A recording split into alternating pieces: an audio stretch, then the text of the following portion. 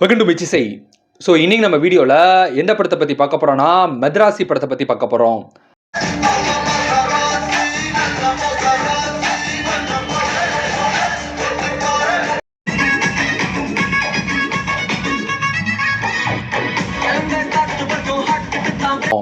Madrasi. So படம் எப்படி இருக்குது? ஸோ இந்த படம் பார்த்தீங்கன்னா கம்ப்ளீட்டாகவே ஒரு கமர்ஷியல் ஆக்ஷன் மூவின்னு சொல்லி நம்ம இந்த படத்தை வந்து சொல்லலாம். ஸோ படத்தில் ஆக்ஷன் சீக்வன்ஸு, ஃபைட் சீக்வன்ஸ்லாம் பார்த்தீங்கன்னா வச்சு செதுக்கியிருக்காங்க, ரொம்பவே நல்லா பண்ணியிருக்காங்கன்னு சொல்லலாம். ஸோ நீங்கள் தேட்டரில் போய் ஒரு ஆக்ஷன் படம் பார்க்கணும், ஒரு கம்ப்ளீட்டாகவே ஒரு ஆக்ஷன் படம் பார்க்கணும்னு நினைக்கிறவங்களுக்கு இந்த படம் வந்து ஒரு பெரிய ட்ரீட்டாக இருக்கும். ஸோ இந்த படத்தோட கதை என்னங்கிறத சுருக்கமாக பார்த்துருவோம். இந்த படத்தோட கதை என்னன்னு பார்த்தீங்கன்னா, நார்த் இந்தியா சேர்ந்த ஒரு சிண்டிகேட் கம்பெனி என்ன பண்ணுறாங்கன்னா, தமிழ்நாட்டில் கன் கல்ச்சர் வந்து கொண்டு வரணும்.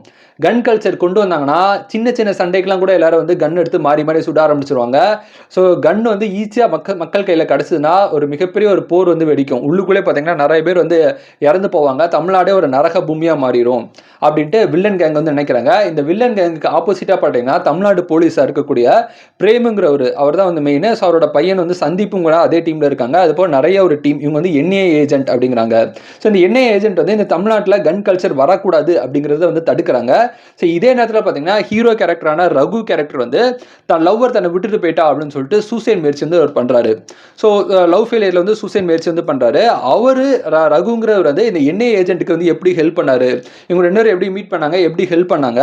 ஸோ ஃபைனலாக ஹீரோவை வச்சு என்ஐஏ டீம் உள்ள அந்த போலீஸ் டீம் வந்து எப்படி வந்து அந்த ஆப்போசிட் கேங்கான வில்லன் கேங்கை வந்து அழிச்சாங்க, தமிழ்நாட்டில் கன் கல்ச்சரை வரவிடாமல் எப்படி தடுத்தாங்க அப்படிங்கிறது தான் பார்த்தீங்கன்னா இந்த படத்தோட ஒரு சுருக்கமான ஒரு கதை அப்படின்னு நம்ம சொல்லலாம்.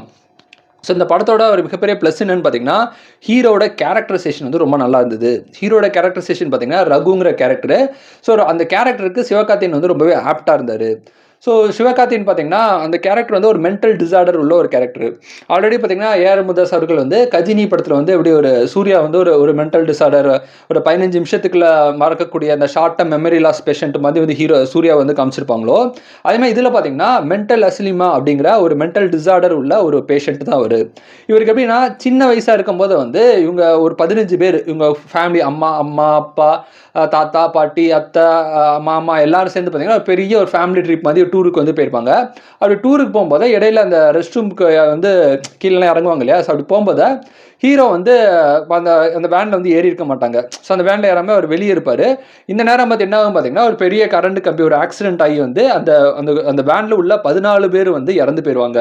ஸோ அந்த பார்த்தீங்கன்னா ஃபுல்லாக பிளாஸ்டாக இறந்து போயிடுவாங்க. ஹீரோ வெளியே இருந்தனா, சின்ன பையனாக இருந்து ஹீரோ வெளியே இருந்தனா அவர் தப்பிச்சிருவார். ஆனால் அதே நேரத்தில் தான் குடும்பத்தை தன்னால் காப்பாற்ற முடியலையே அப்படிங்கிற ஒரு ஒரு ஒரு ஒரு ஒரு ஒரு தன ஒரு ஒரு பாதிப்பு, ஒரு மனநோய் வந்து அவருக்கு வந்துடும். அதனால யாரெல்லாம் வந்து கஷ்டப்படுறாங்களோ, யாரெல்லாம் உடம்புல வந்து ரத்தத்தோட கஷ்டப்படுறாங்களோ, உடம்புல அடிபட்டு கிடக்குறாங்களோ, அவங்க எல்லாம் அவரோட கண்ணுக்கு வந்து தன் குடும்பம் மாதிரியே வந்து தெரியும்.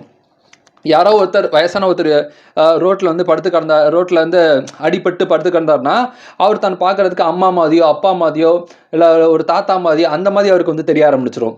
ஸோ அந்த மாதிரி ஒரு மென்டல் டிசார்டர் வந்து அவருக்கு வந்துடும். இதனால பார்த்தீங்கன்னா அந்த டிசார்டரால் இவர் வாழக்கூடிய இடங்கள் எல்லா இடங்களையும் பார்த்தீங்கன்னா நிறைய பேருக்கு நல்லதாக தான் அவர் பண்ணுவார்.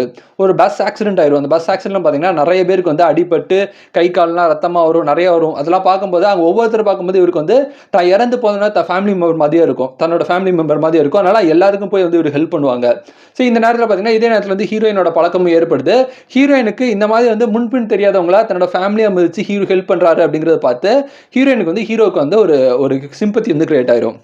ஸோ அந்த மென்டல் டிசார்டர்னால தான் ஹீரோயினை வந்து ஹீரோ வந்து லவ் பண்ணுவாங்க. இவங்க ரெண்டும் லவ் பண்ணதுக்கப்புறம் என்ன ஆகும் பார்த்தீங்கன்னா, ஹீரோ வந்து ஹீரோயினை ரொம்பவே டீப்பாக லவ் பண்ண ஆரம்பிச்சிருவாங்க. ஏன்னா ஹீரோ வாழ்க்கையில் யாருமே கிடையாது, அவர் ஒரு தனி ஆள், ஒரு அனாதை. அந்த மாதிரியான சுச்சுவேஷன் இருக்கக்கூடிய ஒரு ஹீரோவுக்கு ஒரு பொண்ணு விரும்புகிறா அப்படின்னு தெரிஞ்சோன்னா பார்த்தீங்கன்னா அந்த பொண்ணு தான் அந்த ஹீரோக்கு வந்து ஃபுல்லாகவே உலகமாக மாறிடும். ஸோ அப்படி உலகமாக மாறினதுக்கப்புறம் அந்த ஹீரோயினுக்காக என்னென்னாலும் பண்ணலாம், அந்த ஹீரோயினுக்காக என் உயிரை நான் கொடுக்கலாம் அப்படின்னு சொல்லி ஹீரோயினை வந்து பயங்கர ஒரு எக்ஸ்ட்ரீமாக ரொம்ப லவ் பண்ணுறாங்க. அந்த மாலதிங்கிற அந்த கேரக்டரில் நடித்த அந்த பொண்ணு பார்த்தீங்கன்னா பார்க்குறதுக்கு செம்ம அழகாக இருக்குது பார்க்குறதுக்கு. அந்த தேட்டரில் பார்க்குறதுக்கு பார்த்தீங்கன்னா அவ்வளோ அழகாக இருக்குது, பார்த்துட்டே இருக்கலாம் போல்.